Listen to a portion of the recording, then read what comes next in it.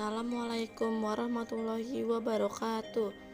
Nama saya Aulia Nurdivani dari Program Studi Keperawatan Universitas Binawan Angkatan 2022 kelas A3.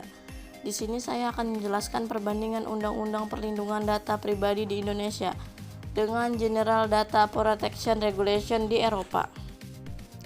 Pengertian: data pribadi dari seseorang merupakan sesuatu yang harus dijaga kerahasiaannya, karena hal itu termasuk ke dalam privasi orang yang bersangkutan.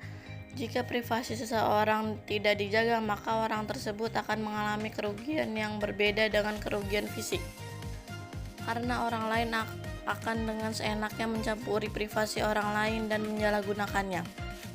Perlindungan data privasi memiliki batasan dalam hal tertentu. Terdapat beberapa data yang disepakati sebagai data pribadi yang tidak dilindungi, bahkan atas nama hukum boleh disimpangi. Perbandingan pengaturan antara GDPR di Uni Eropa dan DPD menurut hukum positif di Indonesia. Metode penelitian yang digunakan adalah metode penelitian hukum yuridis normatif. Sumber data yang digunakan adalah data sekunder, di mana terdiri dari bahan hukum primer, sekunder, dan tersier. Penelitian ini juga menggunakan pendekatan kualitatif.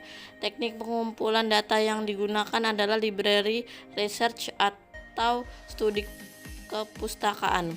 Aturan perlindungan data pribadi di Indonesia tersebar di berbagai aturan perundang-undangan. Perbandingan antara GDPR dengan regulasi di Indonesia cukup banyak, yaitu 1.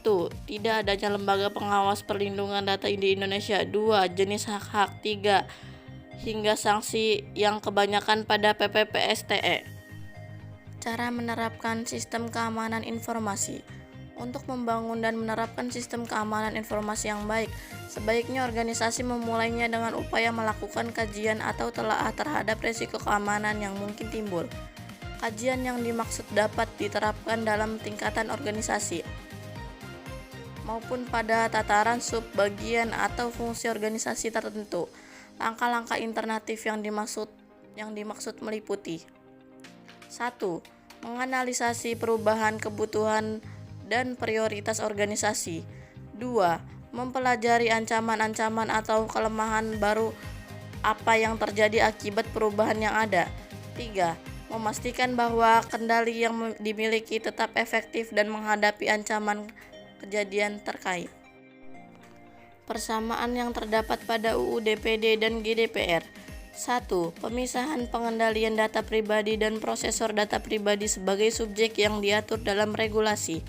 2. Pengaturan yang bersifat ekstrateritorial. 3. Kewajiban untuk melakukan pemberitahuan kepada pemilik data pribadi apabila terjadi serangan pada website. 4. Hak bagi pemilik data pribadi untuk mendapat akses dan salinan data pribadi. 5. Hak untuk menghapus data pribadi. 6. Pengaturan terkait transfer data pribadi. 7. Pengaturan terkait data protection officer. Perbedaan sanksi. UU DPD di Indonesia terdapat sanksi administratif dan pidana. GDPR di Uni Eropa hanya terdapat sanksi administratif. Sekian dari saya. Mohon maaf. Terima kasih. Wassalamualaikum warahmatullahi wabarakatuh.